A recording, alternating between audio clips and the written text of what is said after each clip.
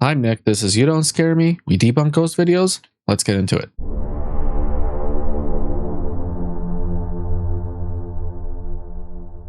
Ve, escucha. Escucha, boludo. ¿No escuchás? Ya nada, boludo.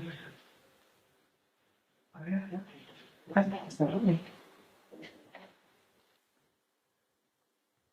Por acá era. No, boludo. ¿Viste, boludo? ¿Viste eso? Ah, boludo. Aguanta, boludo, aguanta. Aguanta. Unfortunately, that means that we're never going to know whether there was a string or another person inside that room. The problem is that ghosts don't exist, and therefore the only logical explanation is that there is a string attached to the chair, and because they're smiling and laughing instead of being authentically scared, it leads me to believe that they are perfectly aware of who's in the room. Sometimes it's not so much about identifying specific frames where you can see the string, and more about just understanding the general vibe of the video.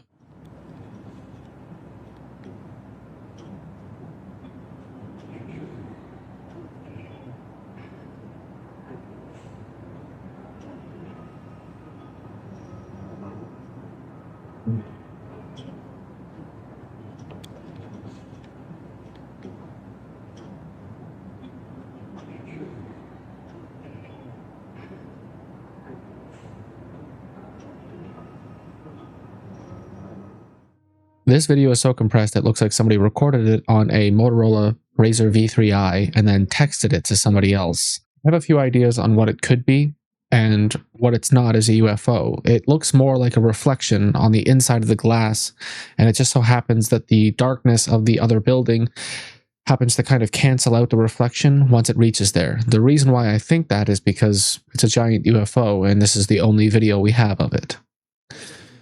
So, in my opinion, something inside the building is being reflected on the glass. There's also a portion that I kind of missed when I first looked at it down here on the bottom right corner, where there's another building that looks like it has additional reflections from the inside of the building, so that kind of corroborates my interest in considering that it's a reflection. And I know that you're going to say that it's a reflection off the surface of the building itself, but there's additional subsurface scattering that looks like reflections from the inside of the building to the trained eye, and I don't mean to toot my own horn, but it's a trained eye. And yes, I understand that subsurface scattering is technically a video game term or a 3D rendering term, but it's the closest approximation to the term that I'm trying to find here, so if you're willing to forgive me on that, I think you can come to the conclusion that I'm trying to make.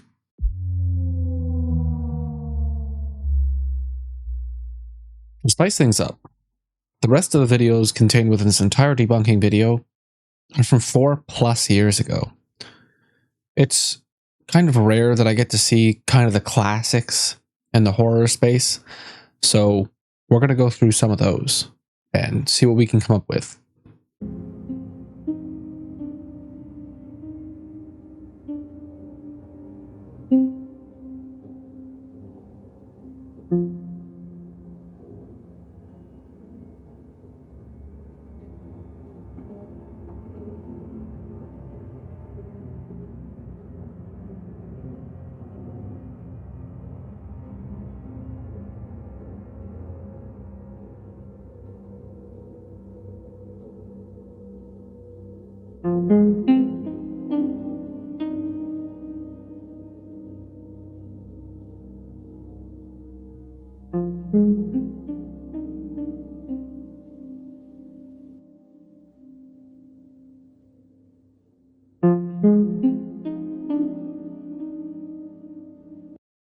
I was really confused for a minute there. I was expecting to see videos from 2012 to 2015. Then I realized that 2020 was 5 years ago. And that just kind of stopped me dead in my tracks. They're not classic. They're just a few weeks, like a few months. You see what I mean? I'm so confused.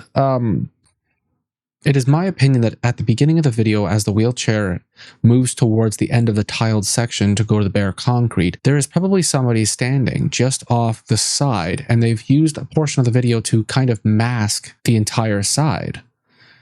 due to the fact that it's a static image, you can quite literally take a single piece of any one portion of the video and then just overlay it on top of something that you don't want the viewers to see.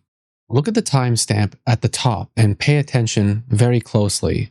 30 seconds of the video is missing, and the live recording of the TV screen is uninterrupted. That means that somebody has left a space to reaffix a string to the wheelchair in order to pull it back towards the entrance. Any portion of the scene can be used to mask the rest of the video. What's happening here is that they've edited a video in multiple ways to hide people by taking portions of a static image and then pasting it over top of another video to completely block us from being able to see whether somebody's standing there or not. And then what they've done is they've simply just exported the footage and then recorded themselves watching it as if it was a security camera. It's honestly the easiest paranormal video you can possibly make. It's a static shot. You can do whatever you want.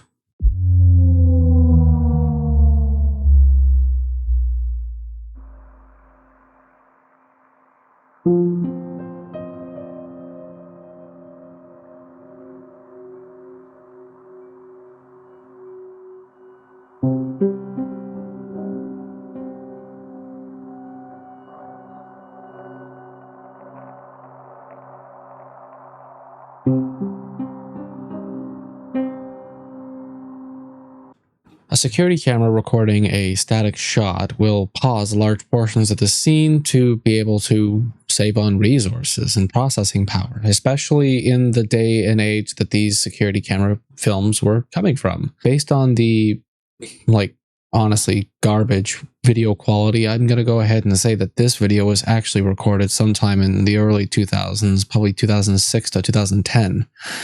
The security cameras regularly freezed entire portions of the scene, and then you would just rely on movement to start updating the camera. The other thing that really piques my curiosity in a lot of these videos is that people tend to record the screen instead of removing the actual footage from the DVR and then uploading that as a particular thing. I know a lot of people claim that they don't know how to use DVRs, but if it has a USB port, you plug your USB port in and then it automatically asks you most of the time whether you want to export the footage that you saved. If you can navigate to it, you can export it. It's really that simple. You don't need a master's degree to understand how to work a security system. This is just a kid that's moved in too fast, hit the cart, come back. And the security camera was not able to capture them at the correct speed because of the frame rate. Thus, it looks transparent and ghostly.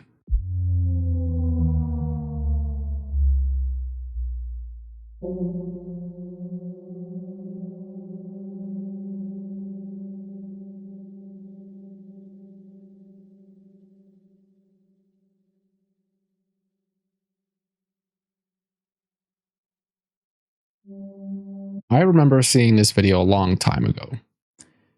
And the problem with debunking videos like this is that they're candid in nature, barely ever have any backstory or interesting information about it, and there's no way to corroborate any information that's provided to us, regardless of where they say they found the footage. But in this particular case, it's not impossible to think that a child might have been hiding underneath the trampoline, and everybody else decided to jump on it from apparently the rooftop.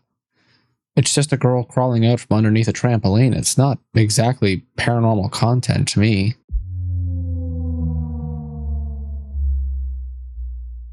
So Mocha has been staring at the door. So that's Tilly. It's kind of creeping me out. The fuck?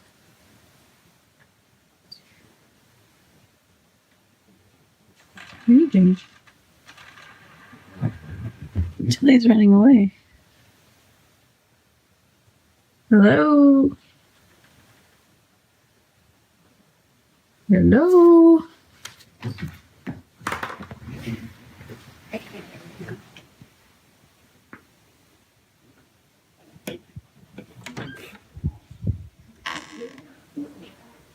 I know it's dark, but...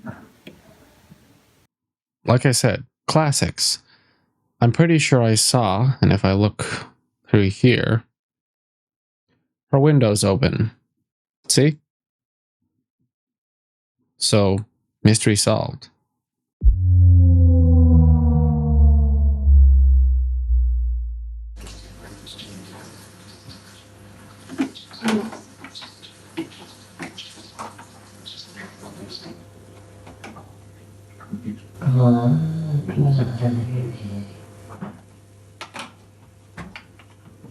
We heard a voice saying either walk by me or walk right in.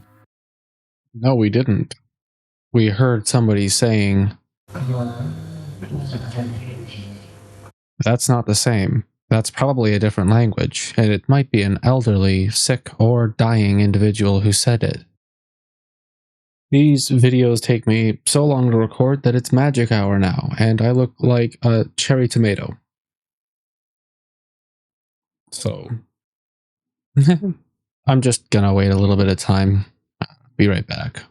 I can't tell if that's any better, but it's been an hour. In a second video Paul recorded, a nightlight can be seen randomly flickering during the day. Nightlights have these little tiny squiggly circle things on the very front. That's a light sensor. If you walk in front of it and your shadow falls on the nightlight, it'll turn on. Also, if you are in a dimly lit room and you have a light source directly at you, your skin can reflect enough light to turn it off. So that's probably what's about to happen here, but let's take a look. Dimly lit room, check.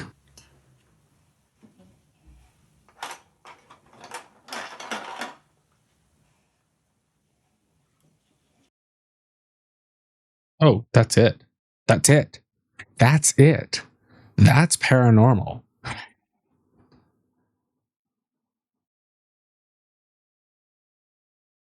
That's... For all the reasons I've already told you. Let's go to the next clip.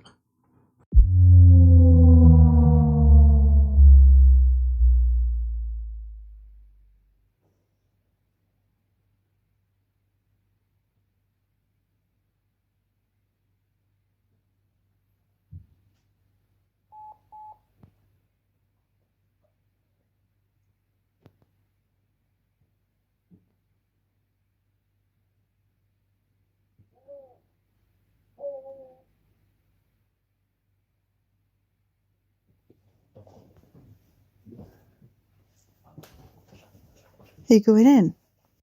My God, do I ever love it when people record 480p screens with 720p cell phones. It's a cobweb. It's night vision. It's infrared. It's casting an infrared light that's being reflected by a cobweb that's in between your baby monitor's lens and probably the roof. You might want to go dust the area, or else you're going to continue to think you're catching angels.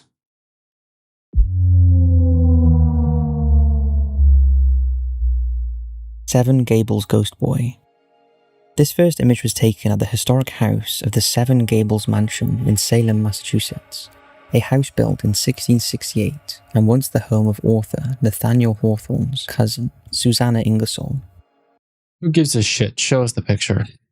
What's even more remarkable about this image is that after doing some research on the house and Hawthorne's connection to it, she discovered one of his lesser-known books, 20 Days with Julian and Little Bunny by Papa, a story about a time when Hawthorne was left to look after his 5-year-old son Julian for 3 weeks whilst his wife was away.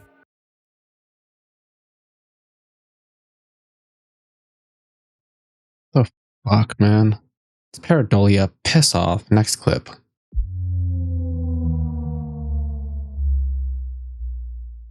It would stand to reason that if there are any areas that have a higher chance of capturing a ghost in a photo, it would be in places where people have frequently died. Okay, tell me more. Such as the Golden Gate Bridge or Okigahara Forest. However, one strong place you may not think about is where countless people have been forced to go to meet their end by execution in the electric chair. This is the case for this next photograph taken by Fred Lucia. Sakes, it's a photograph again. Fred was an engineer from Tennessee who was hired by the state to examine and repair the chair, and to make it more effective and humane for the criminals who face it. Fun fact, the last electric chair execution took place on February 20th of 2022, and it was Nicholas Todd Sutton who was executed by it. Fred had the chair moved to the basement of his house so he could work on it, and he took a few photographs for reference. And this is one of the images he captured. Take a look. You can make out a face in the middle of the straps on the back of the chair, as well as a hand on the right armrest. What do you think? Is this just an example of seeing something that isn't there? This looks like it was taken on roll film. It looks like a double exposure to me. But just so that you're aware, in addition to this, reflective surfaces like the straps attached to the top of the chair can cause lens flares. Now, I'm not saying that there is a lens flare here, I'm just saying that that is a distinct possibility. In this particular case, it really does just look like double exposure to me, especially because the face looks like it's got a window behind it. I think that's exactly what's happening here. I don't think the film roll was advanced after taking the first shot, kind of like the John Boulware photos, if you remember that from a few months ago. Pareidolia or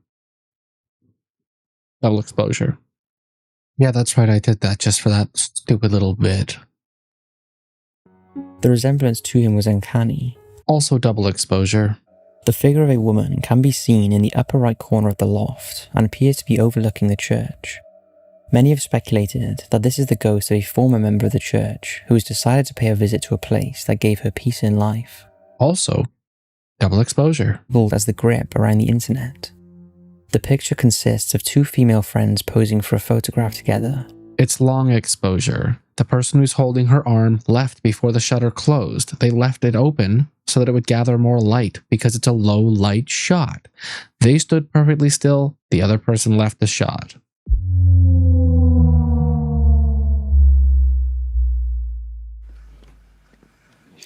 Hi guys, it's Daisy Brown. I'm just talking to the camera, and I'm gonna show you guys how I feed Alan.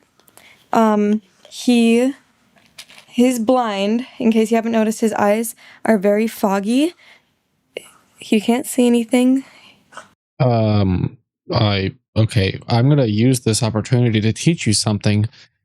Blind people wear sunglasses because the sun will still cook their fucking retinas. They're not immune to sunlight just because they can't see it. And most of the people who are blind are not fully blind. They can still see a little bit. So, now you know.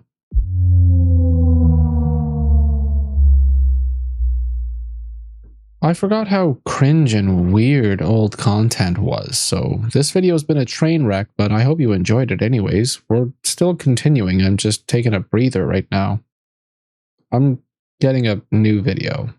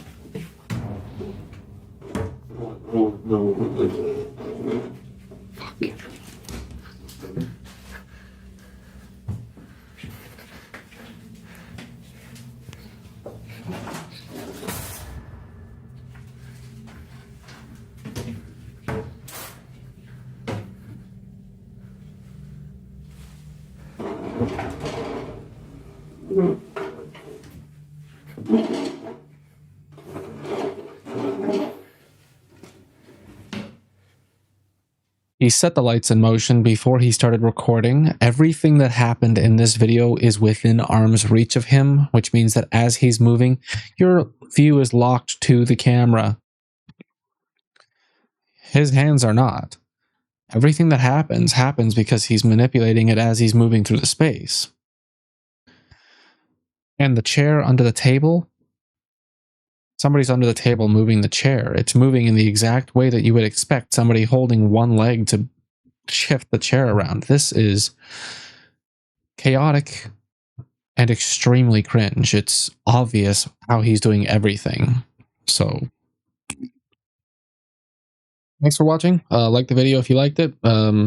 Subscribe if you want to see more. Watch one of these 2 videos, and I'll see you tomorrow. Love you. Bye.